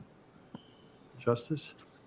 Thank you, Mr. Mayor. So I guess two things. So I'll start with the second one, just kind of announcing the broadband town halls and just kind of give you guys like a brief kind of update about where we're at with that project. So just had a recent meeting with the broadband RFP committee. I feel that committee has just kind of lasted a lot longer than intended, and it's working out really, really well. So really thankful for the insight that they provided, and also the insight of council for recommending that we bring them along in the process and create them. So just update from there. So we're finally at the point where we're going over the use agreement, and from the use agreement, we'll be 3 months away from bonding. And so hoping to bring that to you all very soon. But also as a part of that, we're looking at putting together a survey to send out to the public. And so the survey has a lot of questions just kind of about the project. How do people feel about the project? What do people think about internet, et cetera, the city initiatives, proactive, all of these things. And so with that, we think the committee and myself, we think that it'd be necessary or pertinent to hold some town halls and really kind of inform the public and bring them along in the process just with, well, what is this project? How's the city paying for it? A lot of information, and really kind of provide clarity about why this is a priority for the city, why this is something that we're taking so seriously, and why this is something that we're being aggressive about compared to other cities, and why we feel this is necessary, and how do we not qualify for grant funding, et cetera, et cetera. And so with that, I just kind of want to announce that we will be hosting, in conjunction with the Willmar, with the chamber, for business owners, just to answer questions on the broadband project, but also hosting other ones for the public to come to as well. That way we can answer questions and really be more informative and allow people to ask whatever they want to hear about it, or I guess whatever they want to know about it. And so I just wanted to take this time to announce that we will be doing that, and we'll be publishing the dates for that probably as soon as this week. And so we'll probably have some for the public kind of later towards the end of the month, and then we'll have some for as early as the end of the month for the public, and then throughout August, and then we'll also be hosting some for business owners in August in conjunction with the chamber. So then with that, I'll move to I guess, any questions about that before I move to just the Fiber My Community part? We don't need a Oh, wait, no, I'm just kind of in the middle of resolution it. there. We need the introduction of the resolution. Wait, I was just kind of in the middle of talking about the broadband town halls, not really, I haven't gotten to the Fiber My Community or Roger Tillman part Okay. yet. Yep, so question. Okay. Go ahead. Okay. So I received, I believe it was an email, and I thought it's from the broadband committee, or maybe, I don't know, maybe it was on Facebook. I don't know. Yeah. But it was a survey about what do you know about the internet? So is that along with this, or is that something that is coming out of the EDC and chambers piece about the broadband? Yeah. So the EDC is doing things as well with broadband. I know they have a committee that's also soliciting information right now. So I don't think we've publicly shared our survey yet. So that was probably from the EDC's board, not ours. Okay. Are we overlapping at all? Are we working together with them? Yeah, this is totally separate. So I think like what they're kind of talking about is trying to establish like a baseline understanding for what the internet is, and I think trying to garner support out in the county. And like I said, I mean, what we're doing is contiguous to the city limits and everything within it. Okay. Yeah. Are we working together with them at all? I would say no. Okay. Leslie would like to speak. Yes, Leslie. The county's internet service and what they can get is totally different than what we are working with. So that's why we are not working with them. And what they are working with, the city of Willmar does not qualify for any of that. So through that state funding and everything else, the city of Willmar would not be qualified because of our size of our community. So we don't qualify for any of those broadband grants, and that's what they would be spending their money on. So that's why we don't need to work with the EDC on our broadband system. Yeah, totally different scales, not comparable. And also like there are parts of the county that aren't served, and the entire city is technically served. So that locks us out of grants. So then with that, I'll move on to the Roger Timmerman piece and then why I'm proposing this. So like I talked about in our update meeting with the broadband committee, we're kind of at the point where the rubber's starting to meet the road on some of this. And so, like I said, we're looking at the use contract, and the use contract is going to be an outline of what the relationship with the city is to Hometown Fiber, and then what Hometown Fiber's relationship is to the ISP, and then what the ISP's relationship is to the consumer, and then what the consumer's remedies are for any concerns that they may have, and how the city fits in all of that. It'll break down the revenue split, et cetera, et cetera, et cetera. But before we get there are different parts that we need to discuss and things that we need to work out. And so right now we're looking at how this is actually going to go into the ground, the design of the network, how it's all going to be set up, from all sorts of new words that I've learned reading these very technical projects, a lot of things underground, things that are huts, fiber huts, things like into the road, super, super technical stuff. And so we're starting to get some proposals, and the proposal will be needed to secure the bond. But as a part of that, like I've kind of stressed like throughout this entire time, I've been very proactive in bringing on people who know more about this than I do, who know the proper questions and ask, whether that be in the financial realm, whether that be in the legal realm, and then also now when we get to the technical design realm of this network.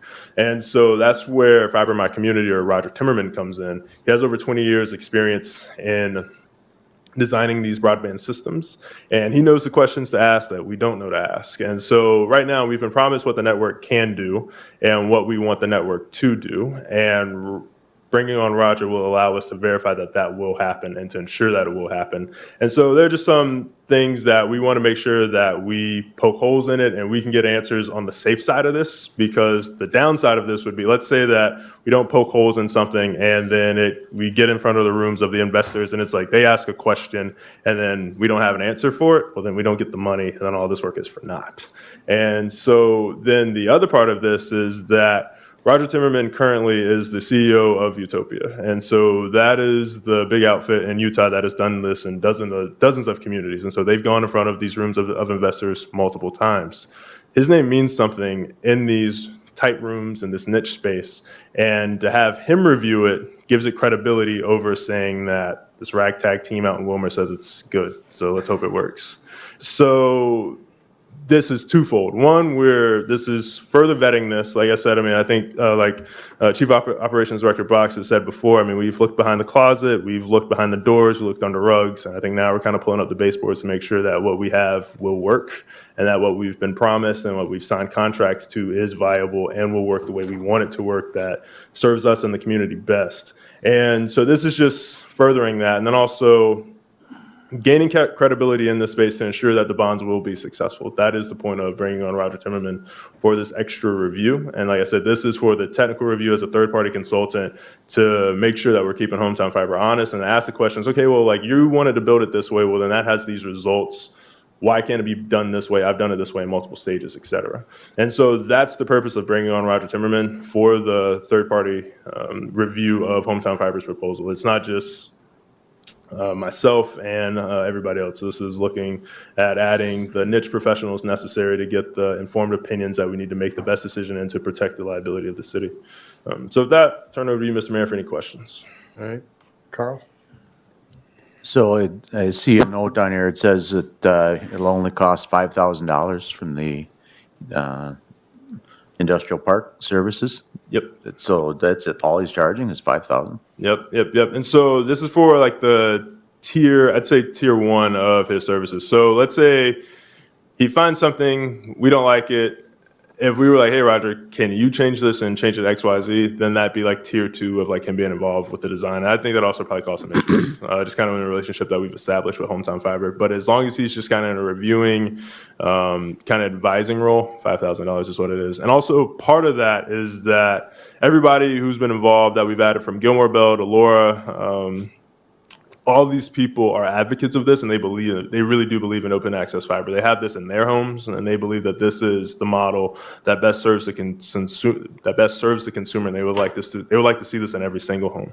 And so it's not just him trying to make money; it is Right. advocating. If we do run into issues and he does have to start doing some things, where is this money going to come from? Is that taxpayer? No. That'll. I mean, we've really kind of talked through it. That is very, very, very, very, very low on the possibility of having to happen. Like I said, I think there's going to be a meeting of the minds between him and the head designers for Hometown Fiber, and then they'll hash that out. And I think kind of I've established with them, and we've had massive meetings that City Attorney Scott's been on, that Operations Director Box has been on. This is a big tent. This is a we operation, and so we really feel that bringing Roger in to help critique this behind closed doors gives us the best opportunity to move forward. And I think that is something that initially there was some apprehension about, but I think we've worked through that, and that's something that Hometown Fiber is open to and welcomes now. And so whenever there are recommendations that come from Roger, they will be receptive to them. Thank you. Councilmember O'Brien. I'm on the committee with Mr. Walker, and I just want to tell you that you have done an excellent job. We have had, everything has been brought to us, and we've been basically walked through all the different steps of the things you're talking about right now.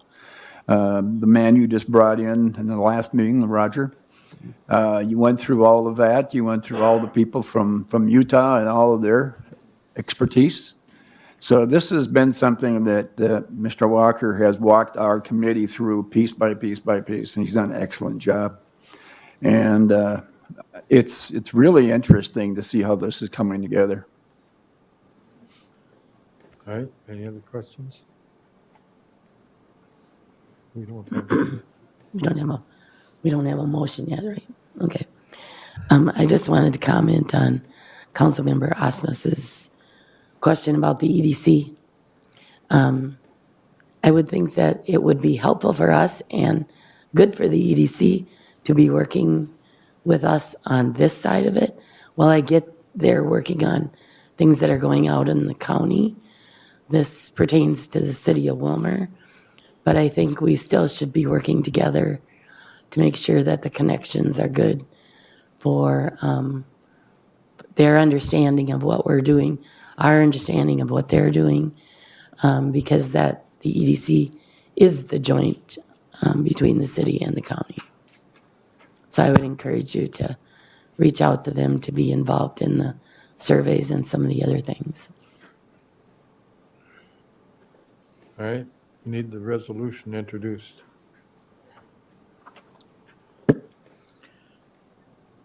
I'll make a motion that we use the consulting services of Fiber My Community, Roger Timmerman. Second. Okay, we got the introduction of the resolution and a second. Any questions? Roll call.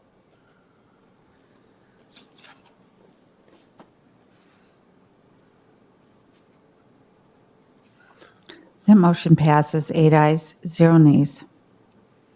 Next is a consideration of sale, thank you, Justice. Consideration of sale of THC product license, Westside Liquor. Judy. Mr. Mayor, members of the council, my office recently received a request to approve a license from Westside Liquor to sell THC products in their store.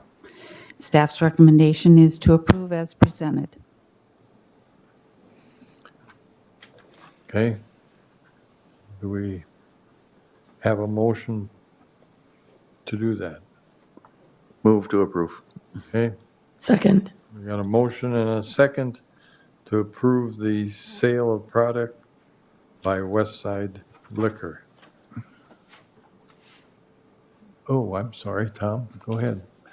For our attorney, do you know if this is gonna be legal with the, with the marijuana coming through, or will liquor stores be able to sell that too? With the new law coming up? Yes, under the new law, this is permitted. You have your hand up, Mike? Yeah, but it's the same question. Okay, any other questions? If not, roll call.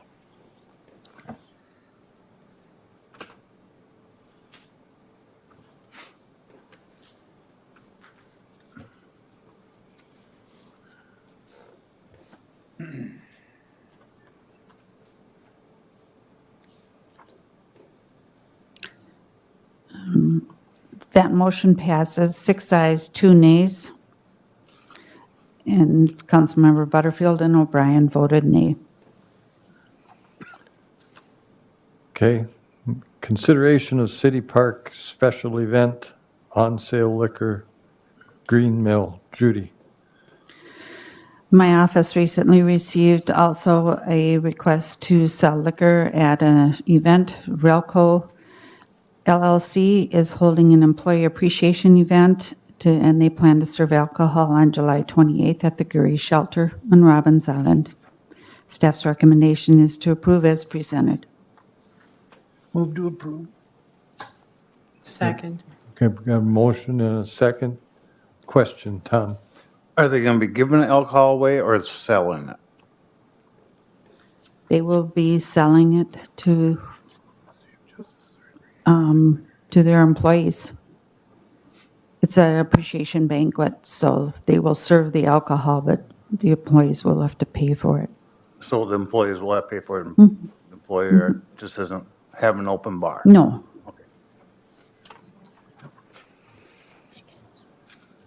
Any other questions? Roll call.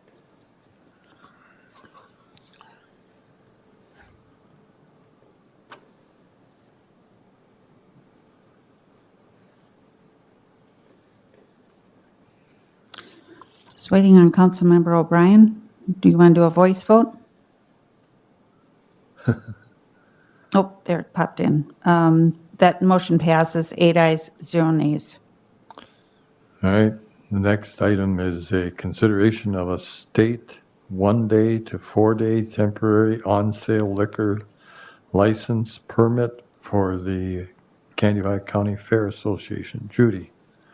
Again, my office received a application to have liquor sales at the upcoming county fair from August 9th through the 12th. And in order to do so, they need to apply for a 1 to 4 day temporary on-sale liquor license. And staff's recommendation is to approve as presented. Move to approve. Second. We got a motion and a second to approve. Discussion?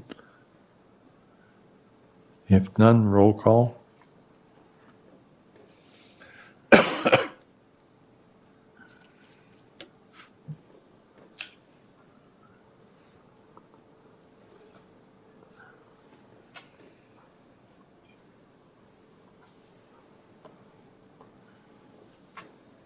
Again, that motion passes, 8 ayes, 0 nays. Consideration of another 1 to 4 day temporary liquor license for Foxhole Brew House. Judy? Okay, again, and the final request for tonight is Foxhole Brew House is wanting to sell liquor during a social event to be held on Saturday, August 19th. And in order to do so, they need to also have the 1 to 4 day temporary on-sale liquor license.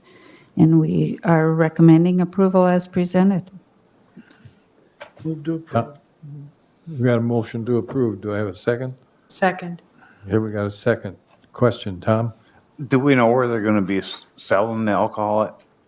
It doesn't list it on my thing on, This will be, they're having an event, so it'll be out on the street there. They'll have it closed off in front of their new in business. front of, nope, downtown, Okay, downtown. because it's on public property. Okay. Yep. Okay. Any other questions? Roll call. That motion passes, 8 ayes, 0 nays. All right. Community Pride announcements. We got Rockin' Robin tomorrow night, tomorrow afternoon, tomorrow evening. Anything else? Mike? I'd like to bring before the council tonight that we decide on whether the city hall and the community center is going to go down to the mall. I've had so many phone calls, so many emails, so many messages. I think it's really unfair to let these people keep hanging out. Willmar 10, Rockstep, and of course, the people of the city. I mean, I can't believe the number of requests I get. What are you going to do? So I think right now it's time. I think this council should vote. Are we going to do this? Are we going to have this down at the mall or not? So we can move on. Julie, did you have something? Is it something different?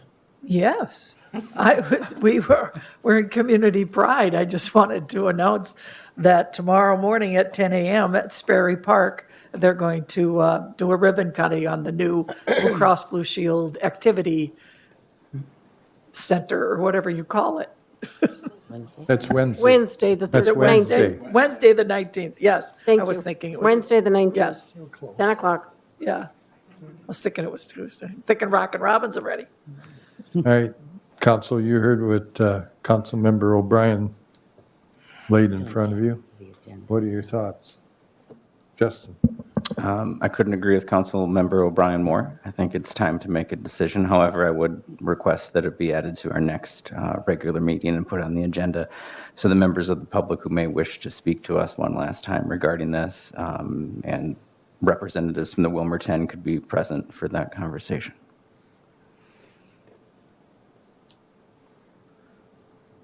So is this a motion? So can I clarify that? So you want a public meeting on that then? A public hearing? No, Is that I'm what not you're looking, asking? I'm not looking for a public hearing. I just don't want to vote on something without any kind of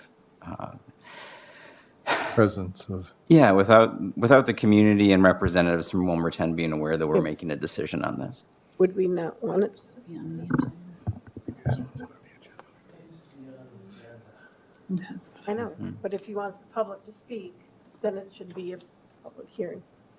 I'm not looking for a public hearing. I'm just looking for it to be on an agenda, but that's just me.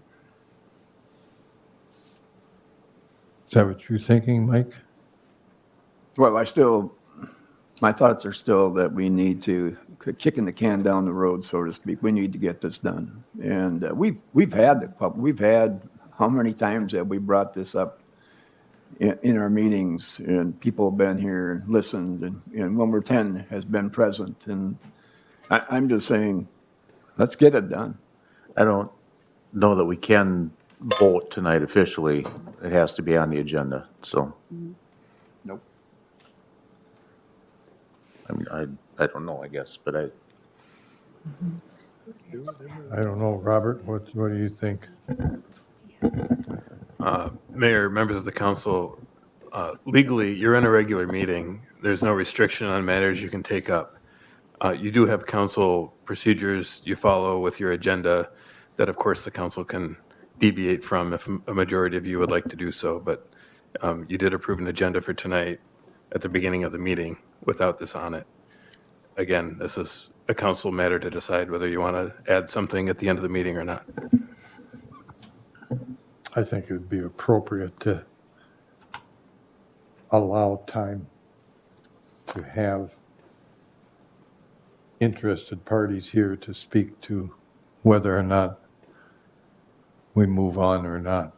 So then we are saying that the next meeting, we are going to vote on this, correct? Is that what I'm hearing? I would agree with that, yes. Okay. All those in favor, shake your head. Julie, did you want to say something? I can see it. Well, I think we had some other options on the table that we haven't. We could probably make a vote on the J.C. Penney's location, but I think we still have some other options on the table for what we're going to do. Absolutely. Yeah. Justin? So following up with Councilmember Osmus's comments, if there's other options on the table,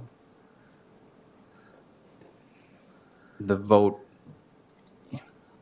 it seems strange then, had been very much in agreement with Councilmember O'Brien, but it does seem strange if there's other options on the table if we're going to, for instance, approve the J.C. Penney site, when there's other options that we still haven't formally and completely investigated. Right.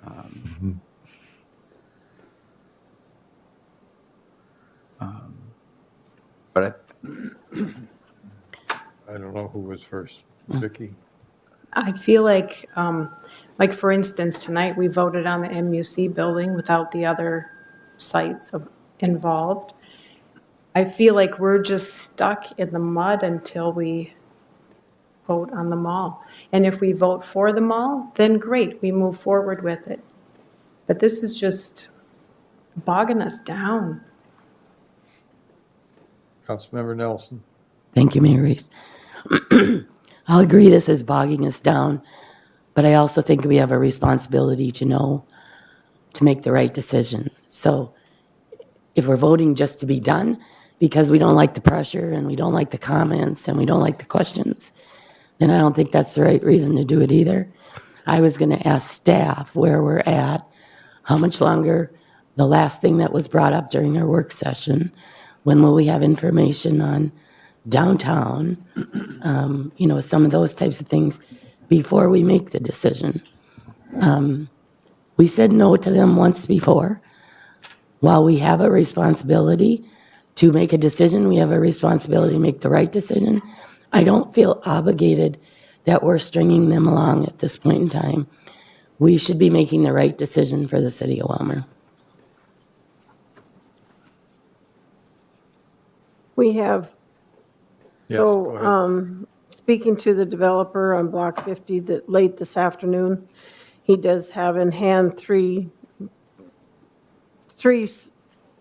scenarios that he's looking at that his staff are contemplating in that. So I would expect that probably within the next week and a half to 2 weeks, we will probably have a site plan for Block 50 after they go through their scenarios and do their due diligence on their side. So you probably will be able to see that by August 7th.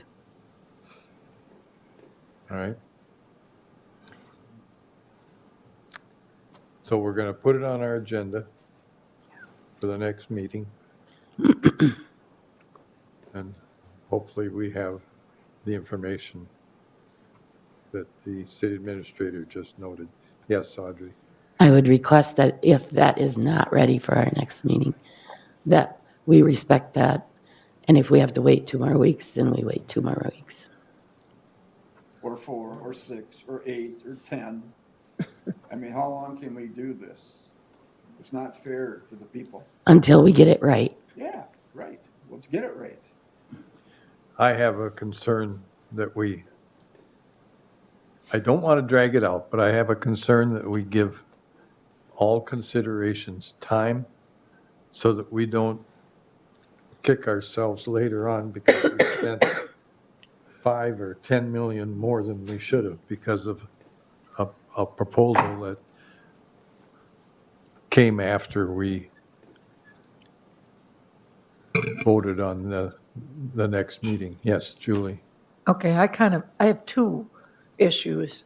One is we don't have any kind of a proposal on the present auditorium site if we were to keep the facade and the war room and demolish 2/3 of the building and add on. Yes, we have a bid for 10 million if that was totally demolished and a new building was built. But we don't have anything that says what the cost would be to just add on to that. That was one thing that we talked about at the work session as a possibility. The other thing is, to me, it makes a difference of where we're going to go and what we're going to vote on if we know the costs that are going to be involved. And the comment has been made that the cost can be wherever it is. The proposal we got from BKV was 30 to 34 million out at the present community center site. Then Administrator Valiant has said it could be 20 million, whatever it is we set, that's what it could be. But then we haven't seen, they gave their proposal. They gave what they would do, and they said it would cost 30 to 34 million. So if we tell them, well, we only want it to be 20 million or 21 million, which we could do at the JCPenney's location, then we haven't seen, well, then what gets eliminated from that 30 to 34 million dollar bid that you gave us? So to say that we tell them 20 million, that's how they'll build it, doesn't sit with me, because then I don't know what we're getting. So those are some questions before I can make a decision on the JCPenney site. I want to know, I need to know, for the taxpayers' money, what is it costing at these different sites, and what are we getting? So that's not rushing, that's not stalling. I want a decision as much as anybody else. But there's information that we have to make the right decision. The council has been at this for so long. We need to make sure we get it right. And it would be a shame to be forced to settle for the wrong decision after all this time. So let's get it right and let's take the time. Tom? Are we gonna put a timeline on any new location sites to help stop this? So somebody else comes up and says, I got this land, I wanna build it over here. Are we gonna put a timeline to stop anybody else from coming up to the city with a different site proposal?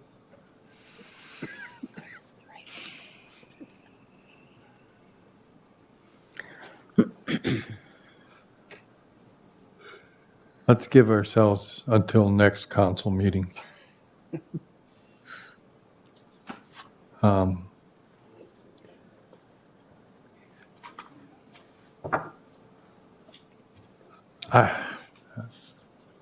not going to say.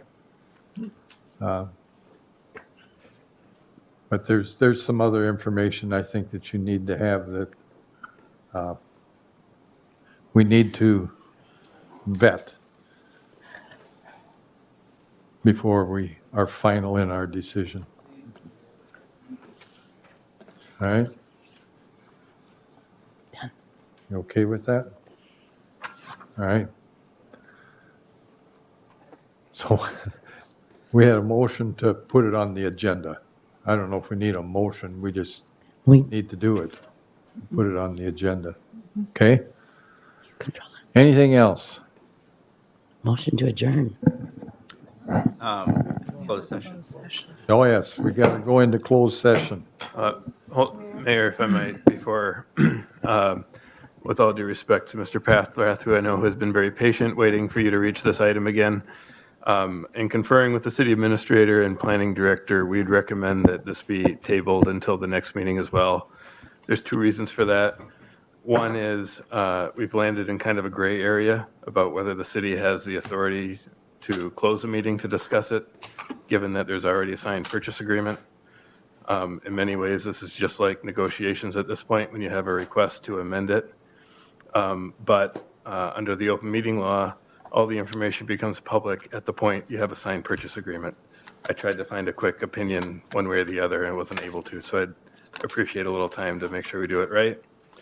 The second issue is I think there's some more research we need to do on the terms of the contract and whether in fact we're still in the inspection due diligence period or not.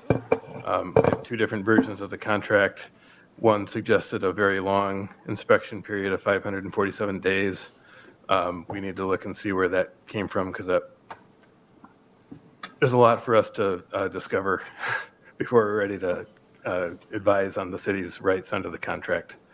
So with that, the recommendation would be that you table this for the next meeting. Okay, under your I'll make a motion to Advice. table. Second. Okay, Can I ask a quick question? I'm assuming that Mr. Paffrath is okay with this. Why not?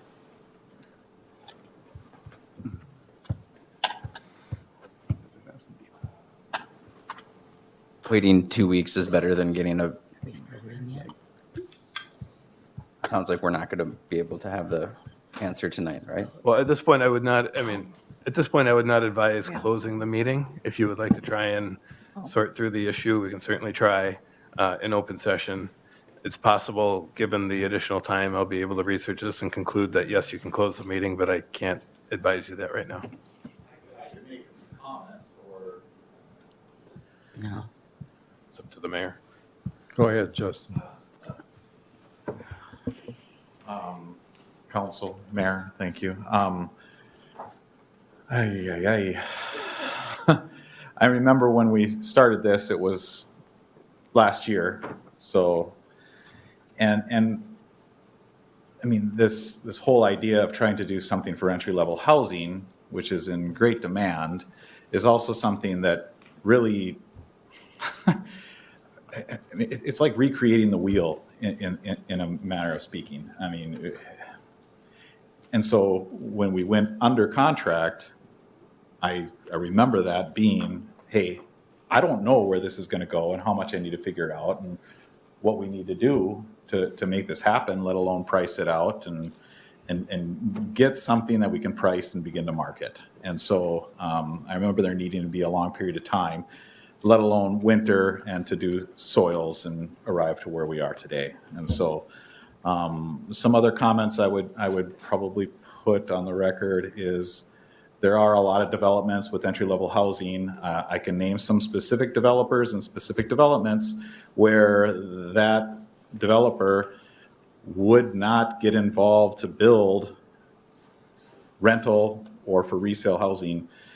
Specifically, that one was rental, but without basically getting the land for free or in some coordination with HRA and TIF and things like that. I mean, it's just, and so that's some of the other reasons why. But that the amount of money that needs to be invested to get there, I mean, it just all goes against the idea of entry-level housing to begin with. I mean, the site is just full of fill and marsh, and that's, I said my piece, I guess, for now. So, unless anyone has any questions. All right, thanks, Justin. Okay.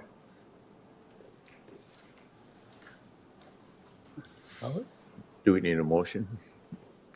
We did a I motion. believe you have a motion. We need a motion to adjourn. If you're I'll make a ready for motion that. to adjourn. You need a, Second. sorry, there's a motion to table on the table. Oh, and we Oh, seconded that's it. what that was. Technically What not was that, debatable. Robert? Ah, There's a motion Motion and second. Just need to, To is everybody, table the discussion. to table the discussion, yeah. So is everybody in favor of that motion, or? Aye. Aye. All those in favor, say aye. Aye. Opposed? Motion carries.